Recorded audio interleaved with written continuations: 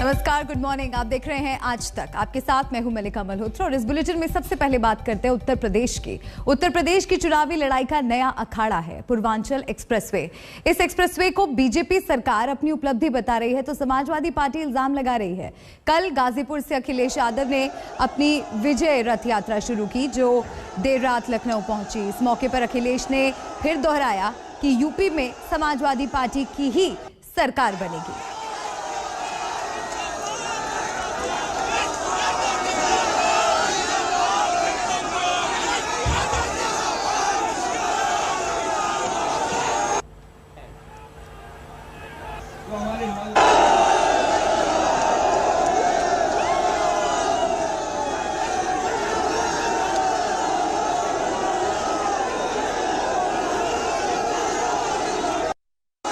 कभी कभी ऐसी यात्राएं करनी चाहिए जो लंबी हों, क्योंकि हिस्टोरिकल यात्रा इसलिए कहूँगा कि एक ही दिन में पूरे एक्सप्रेसवे पे चलना। एक्सप्रेसवे गाजीपुर से शुरू होकर के लखनऊ तक तो था, वो यात्रा तो पूरी हो गई एक्सप्रेसवे की, लेकिन ये समझना कि असली यात्रा खत्म हो गई। अभी असली यात्रा के लिए जाना और आगे है। मुझे उम्मीद है कि जिस तरह से समर्थन इस यात्रा में मिला है गाजीपुर से लखनऊ तक, आने वाले समय में जनता इसी तरह का समर्थन देकर के एक बार दोबारा समाजवादी सरकार उत्तर प्रदेश में बने।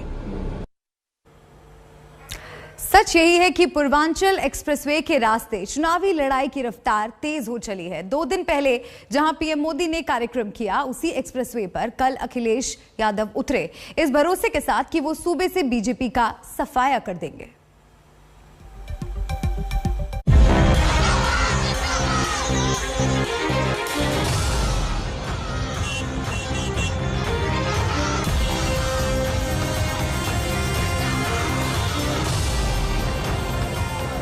रैलियां हो रही हैं एक्सप्रेस वे पर।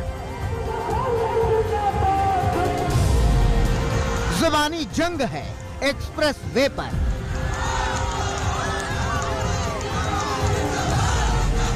चुनावी रणनीतियां हैं एक्सप्रेस वे पर। वार पलटवार हैं एक्सप्रेस वे पर। तो इस एक्सप्रेस वे का फायदा अयोध्या वाले, अंबेडकर नगर वाले, अमेठी वाले, गाजीपुर वाले जब उठाएंगे तब उठाएंगे। फिलहाल तो इसी एक्सप्रेसवे के नाम पर वोट वाला फायदा उठाने की होड़ लगी है। तो अखिलेश यादव पहुंचे हैं यूपी वाले गाजीपुर।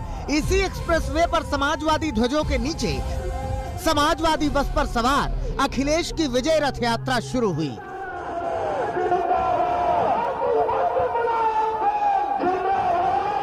समाजवादी पार्टी के राष्ट्रीय अध्यक्ष अखिलेश यादव ने गाजीपुर से अपनी विजय रथ यात्रा की शुरुआत की है जो लखनऊ तक जाएगी।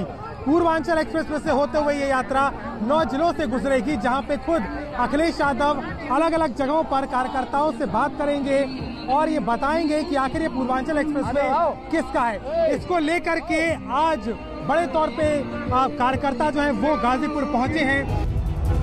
इस रथ यात्रा की शुरुआत के साथ ही अखिलेश ने ऐलान किया कि यूपी के गाजीपुर से लेकर गाजियाबाद वाले गाजीपुर तक बीजेपी को जनता साफ करेगी।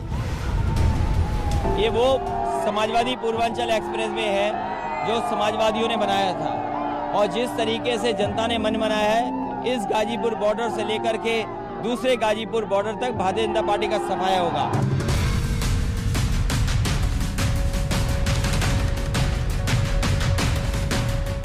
एक रोज पहले ही इसी एक्सप्रेसवे पर हरकुलिस, जगुआर, मिराज गरजे थे। साथ में गरजे थे पीएम मोदी, लेकिन आज गरजे हैं अखिलेश कि जो कल गरजे थे उन्होंने तो हमारे नाम पर अपनी मुहर लगाई है। ये एक्सप्रेसवे तो समाजवादी की कमाई है। उन्होंने पिछले इतने वर्षों में जो काम करना चाहिए था वो काम नहीं किया। आज भी उनका विकास रंग बदलना है, नाम बदलना है, शिलान्यास का शिलान्यास करना है, उद्घाटन का उद्घाटन करना है। अब अखिलेश चाहे जो कहें या कहते रहें, सच्चाई तो ये है कि पूर्वांचल एक्सप्रेस वे पर उद्घाटन वाले शिलापट्ट पर पीएम मोदी का नाम टांक दिया गया है। इसीलिए बीजेपी मुस्कुराते हुए ही सही, लेकिन अखिलेश को निशाना बना रही है। वैज्ञानिकों के द्वारा बनाई गई वैक्सीन को भाजपा की वैक्सीन कह देते हैं और आज भाजपा के द्वारा उत्तर प्रदेश की जनता को समर्पित पूर्वांचल एक्सप्रेसवे उसको अपना बताने की होड़ में लगे हुए हैं। आखिर आपको तो धन्यवाद करना चाहिए आदरणीय मोदी जी का, आदरणीय योगी जी का, भारतीय जनता पार्टी का, कि आपकी कॉन्स्टिट्यूंसी से भी होता हुआ जा रहा है, जहां से लोगों ने आपको जिताया था वो आपका इंतजार कर रहे हैं। जाइए इसी एक्सप्रेसवे से चलकर उनसे मिल लीजिए जाकर, आप तो बना ना सके। तो अब मसला ये है कि यूपी के चुनाव में पूर्वांचल एक्सप्रेस पर अंतहीन रफ्तार में सियासत दौड़ रही है। सड़क को नहीं मालूम कि उस पर चलकर इस बार कौन लखनऊ की गद्दी पर बैठेगा, मगर सड़क पर होने वाला हर कार्यक्रम एक घटना है जो हिस्सा बनता जा रहा है यूपी के चुनावी चक्रव्यूह का। हमसे झूठ बोल करके हमारा वोट लिया और वोट लेकर के सरकार तो बना लिया। जब सरकार बनने के बाद वहाँ यूज एंड थ्रो होता है, उपयोग कर लो छोड़ दो। उदाहरण देख लीजिए, अनुप्रिया पटेल को लोकसभा 2019 में इस्तेमाल कर लिया, 2 साल के बाद जब चुनाव आ गया तब फिर उनको थमा दिया, झुनझुना चुनावी झुनझुना थमाया है। तो सियासी दलों ने पूरी ताकत झोंक दी है। अपनी ताकत घटाने के साथ विरोधियों की ताकत कम करने का सारा प्रयास हो रहा है। उसी प्रयास का परिणाम ये है कि समाजवादी पार्टी के 4 सदस्यों ने बीजेपी ज्वाइन कर ली। इन 4 सदस्यों में पूर्व प्रधानमंत्री चंद्रशेखर के पोते रविशंकर हैं, मुलायम सिंह यादव के बेहद करीबी और पूर्व मंत्री नरेंद्र भाटी भी हैं। तो कहने का मसला सिर्फ इतना है कि यूपी में चुनावी लड़ाई तेज होती जा रही है। गुजरते वक्त के साथ ये और धारदार होगी। गाजीपुर से नेहा बाथम और अभिषेक मिश्रा के साथ कुमार अभिषेक, लखनऊ, आज तक। चलिए आगे बढ़ते हैं। 19 नवंबर को गुरुपर्व से पहले मोदी सरकार ने सिख श्रद्धालुओं को तोहफा दिया है। कल से करतारपुर कॉरिडोर फिर से श्रद्धालुओं के लिए खोल दिया गया और आज पंजाब के मुख्यमंत्री चरणजीत सिंह चन्नी अपनी कैबिनेट के साथ करतारपुर साहिब के दर्शन करने जाएंगे। इसके बाद ये कॉरिडोर आम लोगों के लिए भी खोल दिया जाएगा, तमाम शर्तों के साथ। अपने गुरु के दर्शन के द्वार का रास्ता खुला तो भक्तों की खुशियों का ठिकाना नहीं रहा। आस्था की मुराद जो पूरी हो रही है। करीब 1 साल 8 महीने के बाद करतारपुर कॉरिडोर खुला तो भारत से श्रद्धालुओं का पहला जत्था 18 नवंबर को पाकिस्तान के करतारपुर साहिब पहुंचा।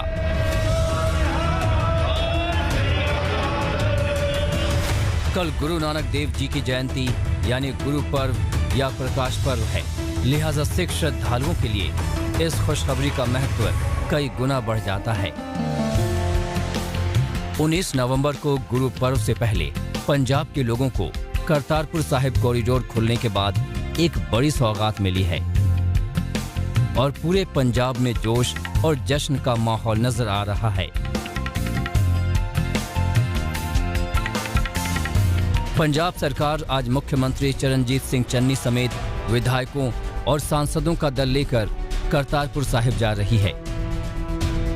सुबह 11 बजे सभी लोग करतारपुर कॉरिडोर पर इकट्ठा होंगे और करीब 12:45 पर पाकिस्तान में दाखिल होंगे। इसके बाद आम लोगों के लिए भी ये रास्ता खुल जाएगा। करतारपुर जाने वाले सभी लोगों को RT-PCR रिपोर्ट के अलावा वैक्सीनेशन के दोनों डोज का सर्टिफिकेट भी मौके पर दिखाना होगा। इसके अलावा पासपोर्ट की ऑनलाइन कॉपी भी जरूरी है। हालांकि पासपोर्ट पर किसी भी तरह का कोई दस्तखत या स्टैंप नहीं लगेगा, लेकिन आधार कार्ड के साथ पासपोर्ट की कॉपी अनिवार्य है। आजादी के बाद भारतीय सिख श्रद्धालुओं की अरदास वर्ष 2019 में तब पूरी हुई थी जब नवंबर में इसे खोला गया था, लेकिन कोरोना महामारी की वजह से मार्च 2020 में इसे एहतियातन बंद कर दिया गया था।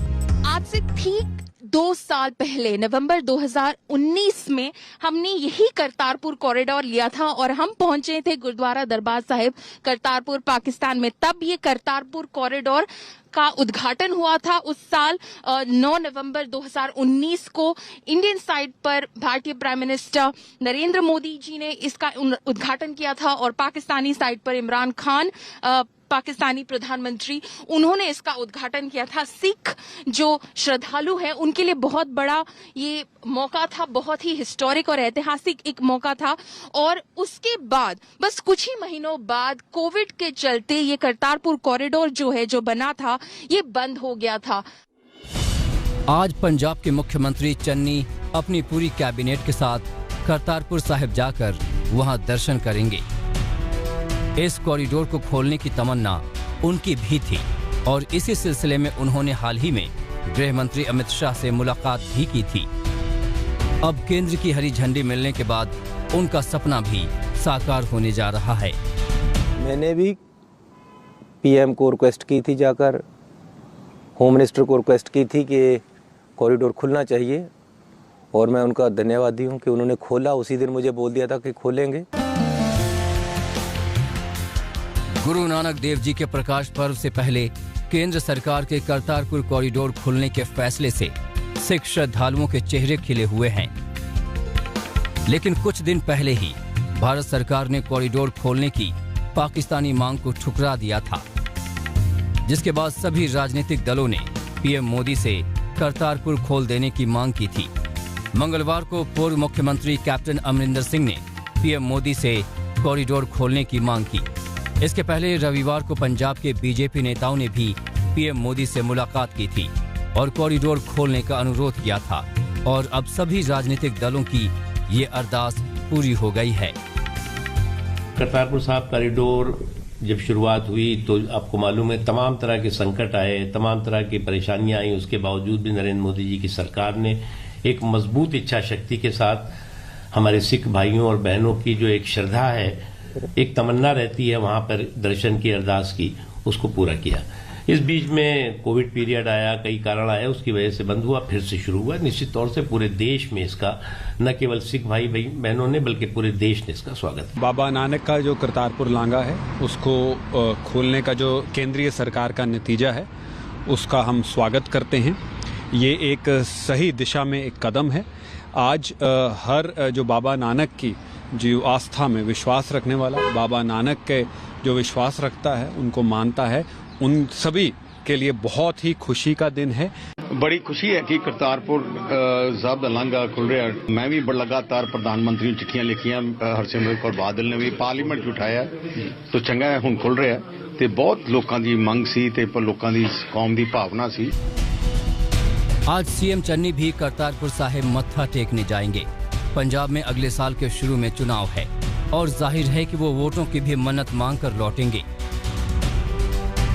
वैसे मन्नत और प्रार्थना हर भक्त का निजी अधिकार है, लेकिन गुरु नानक देव जी के दर पर मत्था टेकने का अरदास तमाम सिख श्रद्धालुओं के लिए ये खुशी का मौका इसलिए भी है क्योंकि करतारपुर साहिब सिखों के सबसे बड़े तीर्थों में से एक है। ये वही जगह है जहां सिख धर्म के संस्थापक गुरु नानक देव जी ने अपनी जिंदगी के साल गुजारे थे और यही उनकी समाधि भी है। यहाँ के दर्शन करना हर सिख की मुराद होती है, जो अब पूरी हो रही है। करतारपुर गुरुद्वारा में गुरबानी की गूंज है।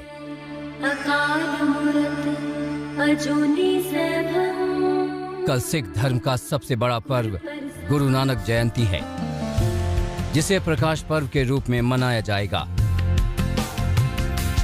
और इसी करतारपुर गुरुद्वारे में प्रकाश पर्व को मनाने की जबरदस्त तैयारी हो चुकी है, जिसमें शामिल होने के लिए पंजाब के मुख्यमंत्री चन्नी अपने कैबिनेट के साथ पाकिस्तान में मौजूद दुनिया के सबसे बड़े गुरुद्वारे में अपने गुरु का आशीर्वाद लेने पहुंच रहे हैं। करतारपुर गुरुद्वारा की अहमियत सिख धर्म में सर्वोपरि है। ये वही गुरुद्वारा है जहां सिख धर्म के संस्थापक यानी गुरु नानक देव ने अपनी जिंदगी के आखिरी 17 साल 5 महीने और 9 दिन गुजारे थे। करतारपुर साहिब की महत्ता क्या है, इसे वहां जाने वाले इन सिख श्रद्धालुओं की जुबानी ही सुनिए। सर, आपको परमिशन मिल गई है? हाँ, डेफिनेटली मिल गई, 100% मिल गई है। We are in the list. We are on the list. You're saying आपको रजिस्ट्रेशन आपने कब की थी? कल की थी, लगभग 12 बजे की थी। तो हमें सब पॉजिटिव रिस्पांस मिला गवर्नमेंट ऑफ इंडिया से। और हमें अप्लाई किया था और हमें वी आर गोइंग नाउ। कैसा लग रहा है आपको? बहुत अच्छा लगा है। हमारी ये फीलिंग है कि हमें जो अच्छी लग रही है, feeling can not be expressed. Kartarpur Sahib की कहानी, इसका इतिहास करीब 500 साल पुराना है। माना जाता है कि साल 1522 में गुरु नानक देव ने इसकी स्थापना की थी। कहा जाता है कि एक अंग्रेज वकील क्रिल रेडक्लिफ की गलती ने इसे भारत के बदले पाकिस्तान का हिस्सा बना दिया।